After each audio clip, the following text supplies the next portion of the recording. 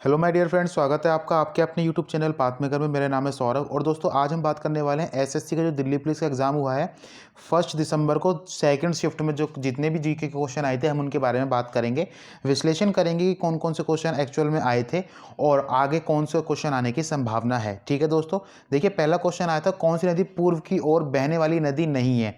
मतलब कि दोस्तों वहाँ पे 3 नदियाँ ऐसी दी गई थी जो कि पूर्व की ओर बहती थी और एक नदी ऐसी थी दोस्तों जो कि पूर्व की ओर ना बह करके पश्चिम की ओर बहती थी।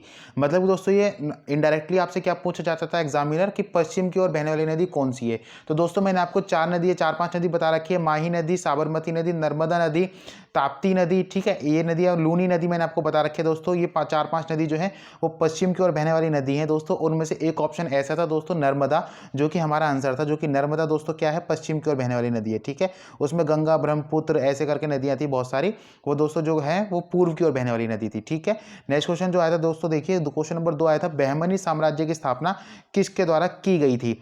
देखिए दोस्तों इसका सही आंसर था तुर्क अफगान सूबेदार अलाउद्दीन के द्वारा 3 अगस्त 1347 को बहमनी साम्राज्य की स्थापना की गई थी। ठीक है, क्वेश्चन नंबर 3 आया था दोस्तों क्षेत्रफल के अनुसार भारत का सबसे छोटा केंद्र शासित प्रदेश कौन सा है। देखिए दोस्तों अगर आप हमें फॉलो करते हैं जीके पुशअप सीरीज के माध्यम से, मैंने आपको ये क्वेश्चन करा रखा है और अभी हमने जो विश्लेषण किया था इससे 1-2 दिन पहले की शिफ्ट में जो भी क्वेश्चन आए थे उसमें मैंने आपको बताया था दोस्तों कि आने वाले शिफ्टों में आपसे जनसंख्या जो भी हमारे पॉपुलेशन हुई थी 2011 की जनगणना के अनुसार उससे रिलेटेड आपको क्वेश्चन आएंगे, आप उनके फैक्ट को याद कर लीजिए। देखिए दोस्तों इसी में क्वेश्चन आ चुका है केंद्र शासित प्रदेश सबसे छोटा कौन सा है। तो दोस्तों वो कौन सा है, वो है लक्षद्वीप, जो कि 32 स्क्वायर किलोमीटर का वर्ग क्षेत्रफल है। ठीक है, अगर आपसे पूछा है दोस्तों स्टेट तो वो है दोस्तों गोवा। ठीक है, नेक्स्ट क्वेश्चन जो आया था दोस्तों, देखिए क्वेश्चन नंबर 4 आया था जहांगीर का शासनकाल कब से कब तक चला था। तो देखिए दोस्तों जहांगीर का शासनकाल 3 नवंबर 1605 से लेकर के दोस्तों कब तक चला था दोस्तों 28 अक्टूबर 1627 तक। ठीक है, देखिए दोस्तों ये जहांगीर का शासनकाल पूछ लिए गए आपसे, आप आगे आने वाली शिफ्टों के लिए देखेंगे आप शाहजहां, अकबर, इन सभी के, औरंगजेब, इन सब के शासनकाल आप एक बार याद कर लीजिए। ठीक है, क्वेश्चन नंबर 5 है दोस्तों प्रसिद्ध संगीतकार अरविंद पारिक किस संगीत वाद्य यंत्र से जुड़े हुए हैं। देखिए दोस्तों ये है एक सितार वादक। ठीक है, अरविंद पारिक जो है एक सितार वादक है। ठीक है, क्वेश्चन नंबर 6 आया था दोस्तों डब्ल्यू के आविष्कारक कौन है। देखिए दोस्तों क्वेश्चन मैंने आपको करा रखा है जीके पुशअप सीरीज के माध्यम से, ये है दोस्तों टिम बर्नर्स ली। ठीक है, आगे आने वाले क्वेश्चन जो आ सकते हैं दोस्तों वो गूगल से रिलेटेड आपसे पूछ सकता है। गूगल के संस्थापक कौन है, ठीक है, यूट्यूब के संस्थापक कौन है, ट्विटर के संस्थापक कौन है, इस तरीके के क्वेश्चन आपसे पूछे जा सकते हैं। इंटरनेट के आविष्कारक कौन है, ठीक है, कीबोर्ड के आविष्कारक कौन है, माउस के आविष्कारक कौन है, ये सभी क्वेश्चन आप याद कर लीजिए। ठीक है, क्वेश्चन नंबर 7 आया था दोस्तों यूएस ओपन 2020 पुरुष एकल का खिताब किसके द्वारा जीता गया है। देखिए दोस्तों लास्ट जिससे इससे पहली शिफ्ट हुई थी उसमें पूछा गया था डबल का, डबल में किसके साथ खेले, आर बोपन्ना। इसमें पूछा गया दोस्तों यूएस ओपन 2020 में पुरुष एकल का खिताब किसके द्वारा जीता गया। तो दोस्तों ये जीता गया डोमिनिक थीम के द्वारा, जो कि ऑस्ट्रिया के प्लेयर हैं। ठीक है, और अगर दोस्तों ये पूछ लिएगा तो आगे आने वाली शिफ्ट में वुमेन सिंगल भी आपसे पूछा जा सकता है। वुमेन सिंगल जीता है दोस्तों नाओमी ओसाका ने, जापान की। ठीक है, क्वेश्चन नंबर 8 है दोस्तों, देखिए स्वतंत्रता के समय कांग्रेस पार्टी के अध्यक्ष कौन थे। देखिए दोस्तों मैंने आपको बता रखा है हर शिफ्ट में कांग्रेस पार्टी से रिलेटेड क्वेश्चन आ रहा है, आप इसको जरूर कवर अप कर लीजिए। लास्ट वीडियो में मैंने बोला था, इससे पहले वाली जो 2 वीडियो डाली हमने उसमें भी मैंने आपको बोला था कि आप कांग्रेस पार्टी से रिलेटेड जरूर फैक्ट्स याद कर लीजिए। देखिए दोस्तों स्वतंत्रता के समय कांग्रेस पार्टी के जो अध्यक्ष थे वो थे दोस्तों जेबी कृपलानी। ठीक है, क्वेश्चन नंबर 9 आया था दोस्तों, देखिए माँ के द्वारा स्तनपान के लिए सहायक हार्मोन कौन सा होता है। देखिए दोस्तों ये होता है प्रोलैक्टिन हार्मोन। और अगर आप बात करेंगे दोस्तों ये क्या है, ये इजैकुलेशन ऑफ मिल्क होता है किसके द्वारा, प्रोलैक्टिन हार्मोन के। और अगर हम बात करें फॉर्मेशन ऑफ मिल्क किसके द्वारा होता है दोस्तों, वो होता है ऑक्सीटोसिन हार्मोन, जिसको हम लव हार्मोन भी कहते हैं और इसके बारे में मैंने आपको बताया था। ठीक है दोस्तों, तो माँ के द्वारा स्तनपान के लिए कौन सा सहायक हार्मोन है, वो है दोस्तों प्रोलैक्टिन हार्मोन। आगे आने वाले शिफ्ट में दोस्तों ऑक्सीटोसिन हार्मोन से रिलेटेड क्वेश्चन आपको देखने को मिल सकता है। ठीक है, क्वेश्चन नंबर 10 जो आया था, देखिए दोस्तों सन 1192 में पृथ्वीराज चौहान और किसके बीच युद्ध लड़ा गया था। देखिए दोस्तों ये क्वेश्चन मैंने आपको जीके पुशअप सीरीज के माध्यम से करा रखा था। ये लड़ा गया था दोस्तों पृथ्वीराज चौहान और मोहम्मद गोरी के बीच में, जिसको हम तराइन का द्वितीय युद्ध भी कहते हैं। ठीक है, तराइन का प्रथम युद्ध दोस्तों 1191 में लड़ा गया था और तराइन का दूसरा युद्ध 1192 में लड़ा गया था। प्रथम युद्ध में दोस्तों पृथ्वीराज चौहान जीते थे और सेकंड युद्ध में पृथ्वीराज चौहान हार गए थे मोहम्मद गोरी से। ठीक है, क्वेश्चन नंबर 11 जो आया था दोस्तों, देखिए बारदोली सत्याग्रह आंदोलन का नेतृत्व किसके द्वारा किया गया था। देखिए दोस्तों ये किया गया था सरदार वल्लभ भाई पटेल के द्वारा। और दोस्तों बारदोली सत्याग्रह आंदोलन के कारण ही बारदोली की महिलाओं ने इनको सरदार की उपाधि से सम्मानित किया था। ठीक है, क्वेश्चन नंबर 12 जो आया था दोस्तों, देखिए किसी तत्व यौगिक का द्रव अवस्था से गैस अवस्था में परिवर्तन क्या कहलाता है। इसका सही आंसर था दोस्तों वाष्पीकरण कहलाता है, किसी भी तत्व या यौगिक का द्रव अवस्था से गैस अवस्था में परिवर्तन। ठीक है दोस्तों, देखिए दोस्तों अगर कोई भी ठोस क्या करता है दोस्तों, अगर ठोस बिना द्रव में बदले डायरेक्ट गैस में परिवर्तित हो जाता है तो इससे रिलेटेड क्वेश्चन आप आगे आने वाली शिफ्टों में देखेंगे। मतलब कि बिना द्रव में परिवर्तित हो डायरेक्ट गैस में फॉर्मेशन होना क्या कहलाता है, ठीक है। क्वेश्चन नंबर 13 जो आया था दोस्तों, देखिए राष्ट्रीय खेल दिवस कब मनाया जाता है। क्वेश्चन भी मैंने आपको जीके पुशअप सीरीज के माध्यम से करा रखा है दोस्तों। 29 अगस्त को मेजर ध्यानचंद की याद में मनाया जाता है राष्ट्रीय खेल दिवस। और इसी दिन दोस्तों राजीव गांधी खेल रत्न अवार्ड और अर्जुन अवार्ड और द्रोणाचार्य अवार्ड भी इसी दिन दिए जाते हैं। क्वेश्चन नंबर 14 आया था दोस्तों, प्रोटियम ड्यूटेरियम किसके समस्थानिक है। देखिए दोस्तों ये क्वेश्चन भी मैंने आपको जीके बुस्टअप सीरीज के माध्यम से करा रखा है। प्रोटियम, ड्यूटेरियम और ट्रिटियम ये 3 समस्थानिक होते हैं दोस्तों हाइड्रोजन के। किसके होते हैं दोस्तों, हाइड्रोजन के, ठीक है। नेक्स्ट क्वेश्चन आया था दोस्तों, क्वेश्चन नंबर 15, आकस्मिक निधि किसके अधीन होती है। देखिए दोस्तों ये क्वेश्चन भी मैंने आपको करा रखा है अपने जीके बुस्टअप सीरीज के माध्यम से। आकस्मिक निधि जिसको हम दोस्तों इंग्लिश में कहते हैं कॉन्टिजेंसी फंड, जिसके लिए दोस्तों आर्टिकल दिया गया है 267, ठीक है। पब्लिक अकाउंट मैंने आपको बताया था आर्टिकल 266। उसके बाद दोस्तों मैंने आपको बताया था एक कॉन्सोलिडेटेड फंड जिसको हम कहते थे संचित निधि, वो है दोस्तों आर्टिकल 266A। और दोस्तों जो आकस्मिक निधि जिसे मैंने आपको बताया था इसको इमरजेंसी फंड के नाम से भी जानते हैं, इसमें ये दिया गया दोस्तों आर्टिकल 267। मैंने आपको ये भी बताया था दोस्तों कि जब भी हमारे भारत में कोई भी जैसे कि बाढ़ आ जाती है या फिर कोई भी इमरजेंसी कंडीशन आ जाती है तो उसमें भारत सरकार के अधीन, ये जो भारत सरकार है दोस्तों, राष्ट्रपति के एक सिग्नेचर से आकस्मिक निधि से डायरेक्टली पैसा निकाला जाता है। और दोस्तों जहां भी मदद की जरूरत होती है वहां उस पैसे को इस्तेमाल किया जाता है, ठीक है। मैंने आपको बताया था दोस्तों संचित निधि में 500 करोड़ रुपए हमेशा रिजर्व रहता है। संचित निधि से पैसे निकालने के लिए पार्लियामेंट्री की जो एक कमेटी होती है दोस्तों उसमें बहुमत के द्वारा पैसा निकाला जाता है। लेकिन आकस्मिक निधि दोस्तों इमरजेंसी फंड है जिसमें एकमात्र साइन से, राष्ट्रपति जी के साइन से ही पैसा निकाला जा सकता है। दोस्तों जैसे आकस्मिक निधि केंद्र के पास होती है ऐसी आकस्मिक निधि राज्यों के पास भी थी, और राज्यों में इसके ऊपर अधिकार जो होता है दोस्तों वो राज्यपाल का होता है, ठीक है। मैंने आपको एक क्वेश्चन बिल्कुल डिटेल में आपको बता रखा था। नेक्स्ट क्वेश्चन जो आया था दोस्तों, देखिए क्वेश्चन नंबर 16 आया था, वर्तमान में भारत के विदेश सचिव कौन है। देखिए दोस्तों अगर आप हमारे करंट अफेयर की सीरीज देखते हैं तो उसमें क्वेश्चन मैंने आपको करा रखा था दोस्तों, जो भारत के वर्तमान में विदेश सचिव हैं वो कौन है दोस्तों, वो है हर्षवर्धन श्रृंगला, ठीक है। क्वेश्चन नंबर 17 आया था दोस्तों, देखिए संपत्ति का अधिकार जिसे कानूनी अधिकार में परिवर्तित किया गया वर्तमान में किस अनुच्छेद में इसके बारे में बताया गया। देखिए दोस्तों ये क्वेश्चन मैंने आपको जीके बुस्टअप सीरीज के माध्यम से बता रखा था, आर्टिकल 300A में बताया गया है, ठीक है, इसके बारे में। देखिए दोस्तों हर शिफ्ट में 3 से 4 क्वेश्चन लगभग किससे रिलेटेड आ रहे हैं, आर्टिकल से रिलेटेड आ रहे हैं, तो आप दोस्तों आर्टिकल को जरूर कवर कीजिए, ठीक है। क्वेश्चन नंबर 18 था दोस्तों, चापचार कूट किस राज्य में मनाया जाता है। इसका सही आंसर था दोस्तों मिजोरम में मनाया जाता है, ठीक है। क्वेश्चन नंबर 19 है दोस्तों, राष्ट्रीय अनुसूचित जाति आयोग के बारे में किस अनुच्छेद में बताया गया है। देखिए दोस्तों राष्ट्रीय अनुसूचित जाति आयोग के बारे में बताया गया आर्टिकल 338 में, ठीक है। अनुच्छेद 338 में बताया गया है दोस्तों राष्ट्रीय अनुसूचित जाति आयोग के बारे में। दोस्तों आगे आने वाली शिफ्ट में आपसे पूछा जा सकता है राष्ट्रीय अनुसूचित जाति आयोग और जनजाति आयोग दोस्तों ये किस अमेंडमेंट एक्ट के तहत फॉर्मेशन इनका हुआ था, ठीक है, ये आप जरूर करिएगा। क्वेश्चन नंबर 20 जो आया था दोस्तों, राज्य सूची से संबंधित विषय कौन सा है। देखिए दोस्तों राज्य सूची से संबंधित विषय, जो राज्य सूची मैंने आपको बता रखा है इस पे जो कानून बनाने का अधिकार होता है वो राज्यों को होता है। और अगर वर्तमान की बात करें दोस्तों इसमें 59 विषय हैं, ठीक है। कितने विषय हैं दोस्तों इसमें वर्तमान में, 59 विषय हैं। जैसे कि दोस्तों एग्रीकल्चर है, पुलिस है, हॉस्पिटल, डिस्पेंसरी, इस तरीके से रिलेटेड मतलब इसके विषय है, इस पर कानून बनाने का अधिकार राज्यों का। उसमें से एक ऐसा ऑप्शन था दोस्तों जो कि राज्य सूची से था, ठीक है, जो कि एग्रीकल्चर, पुलिस, हॉस्पिटल, डिस्पेंसरी कुछ भी हो सकता है। क्वेश्चन नंबर 21 आया था दोस्तों, देखिए विश्व के क्षेत्रफल का भारत का क्षेत्रफल लगभग कितना प्रतिशत है। ये क्वेश्चन भी दोस्तों मैंने आपको जीके बुस्टअप सीरीज के माध्यम से बता रखा है 2.4% है, ठीक है।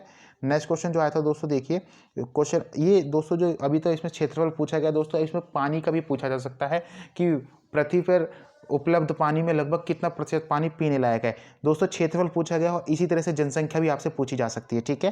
क्वेश्चन नंबर 22 जो आया था दोस्तों, देखिए भारत के किस राज्य में सर्वाधिक राष्ट्रीय उद्यान स्थित है। देखिए दोस्तों मध्य प्रदेश में सर्वाधिक नेशनल पार्क स्थित है, मैंने आपको जीके बुस्टअप सीरीज के माध्यम से बता रखा है, ठीक है। बहुत सारे पन्ना, पेंच, कान्हा किसली, ठीक है, राजीव गांधी, इस तरीके से रिलेटेड दोस्तों कई सारे नेशनल पार्क है, कहाँ पे, मध्य प्रदेश में।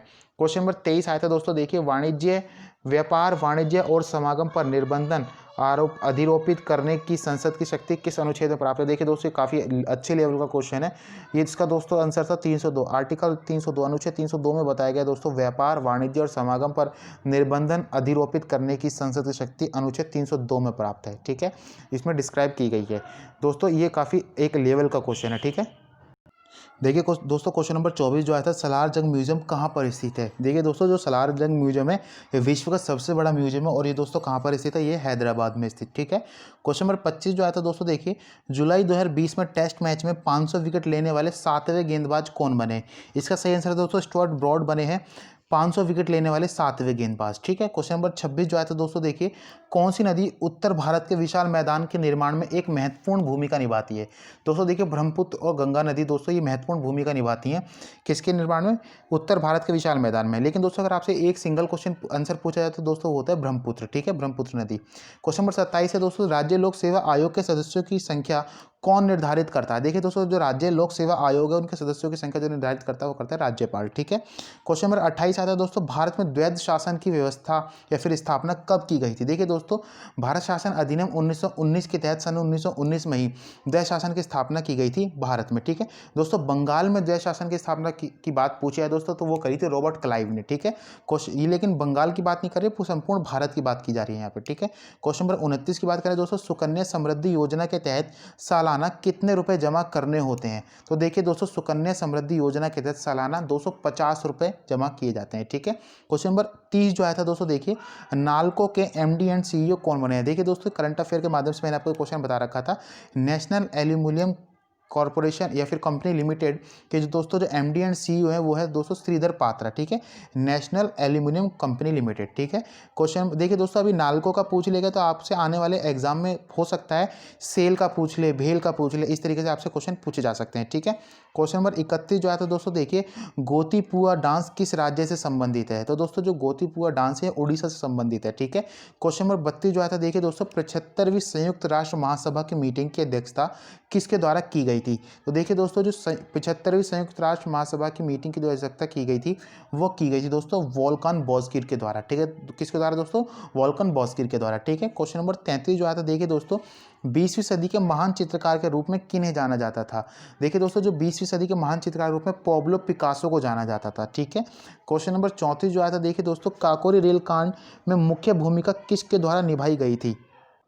देखिए दोस्तों जो काकोरी रेल कांड हुआ था ये कब हुआ था दोस्तों। देखिए जो काकोरी रेल कांड में मुख्य भूमिका निभाई गई थी वो निभाई गई थी दोस्तों राजेंद्र नाथ लोढ़ी के द्वारा और दोस्तों पंडित राम प्रसाद बिस्मिल, अशरफ उल्लाह खां, चंद्रशेखर आज़ाद और दोस्तों 6 अन्य व्यक्ति भी थे। लेकिन अगर आपसे पूछा जाए दोस्तों मेन व्यक्ति कौन थे तो मेन व्यक्ति थे दोस्तों राजेंद्र नाथ लोढ़ी। ठीक है।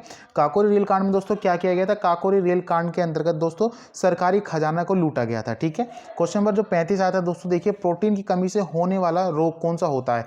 देखिए दोस्तों प्रोटीन की कमी से होता है दोस्तों क्वाशियोरकर या फिर मरसमस भी इसको हम कहते हैं, ये रोग होते हैं दोस्तों प्रोटीन कमी से।